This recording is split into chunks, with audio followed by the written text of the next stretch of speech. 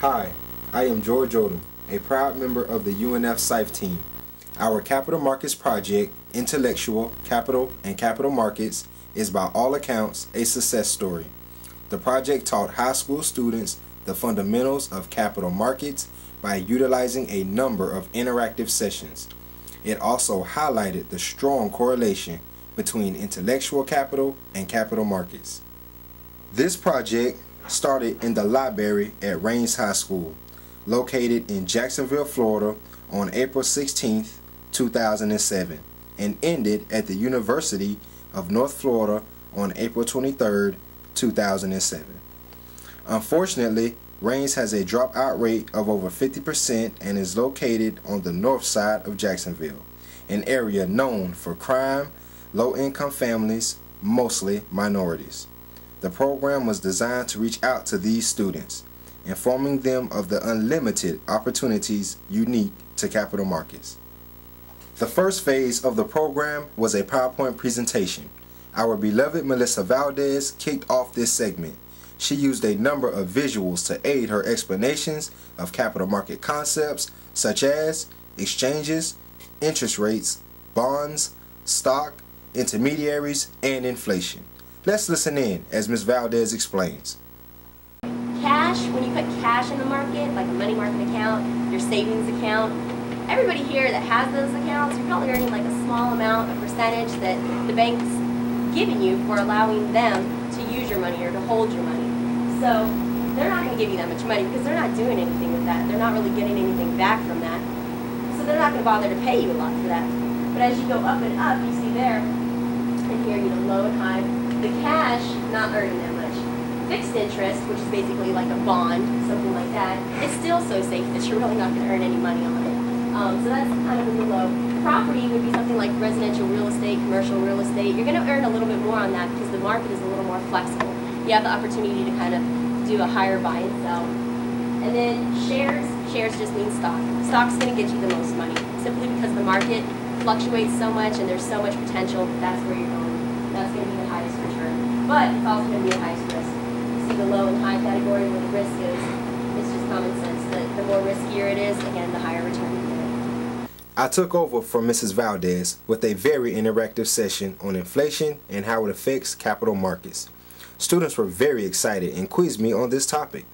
This enthusiasm flowed into a discussion of market indexes, ensuring that students understood the relationship between the celebrated Dow Jones Industrial Average and capital markets was a critical learning objective of this project. The use of video footage proved very effective at explaining commodities. This excerpt from Trading Places, starring Eddie Murphy, made learning about commodities very entertaining. Although many students were familiar with the movie, this was the first time they viewed it through the lens of capital markets. Ms. Gayanne Green then toured the globe, pointing out some of the major capital markets on the international scene. During her session, she shared a video clip on the emerging capital market of microloans. Like me, students were amazed to learn of bank loans under $30. In addition, she spoke on the various career opportunities available in capital markets and answered the many questions about compensation that followed. After the presentation, students were handed their finance assignment, a finance treasure hunt. Immediately following, students were taken to the computer lab where we walked them through an exercise on Yahoo Finance. This exercise was intended to assist them on their class assignment. Our next segment was at the University of North Florida. Our first stop was the trading room, where UNF students managed over $500,000. Dr. Lamb was eager to tell students about this student-managed fund and the marketability of students who had this opportunity. This keyboard is for a special database called Bloomberg. It's what all the professionals have. It's a little different than your regular computer keyboard, so you have to learn how to navigate on this thing. All the students that come into this class learn how to work Bloomberg, and when they come out of this class, they are very knowledgeable about that database and very marketable. A cornerstone of the UNF visit was the Knowledge for College presentation. This presentation equipped students with the know-how of getting to college. It was evident by the questions posed that the students were in pursuit of intellectual capital. However, many were misinformed about the way to overcome the relative financial constraints. Our speakers took the evening up a notch with engaging and motivating vignettes. First, former Sheriff of Jacksonville, Mr. Nat Glover, recounted a few personal challenges he faced as a youth, including imprisonment and discrimination. He also told students that going to college was the pivotal factor in his success. Then, Dr. Snoosenberg, Professor of Finance, reiterated some of the benefits of our capital market project. He congratulated students on their commitment and dedication to higher learning. And finally, Mr. David Hayes relayed his rags to riches story, attributing all his success to the synergy of intellectual capital and capital markets. Again, because of UNF, I had the ability of going out and selling that company for a bunch of money, pretty much retiring, but instead of retiring, coming back and then teaching class.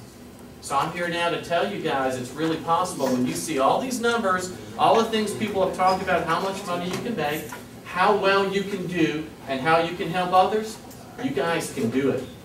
The evening drew to a close with a recognition ceremony.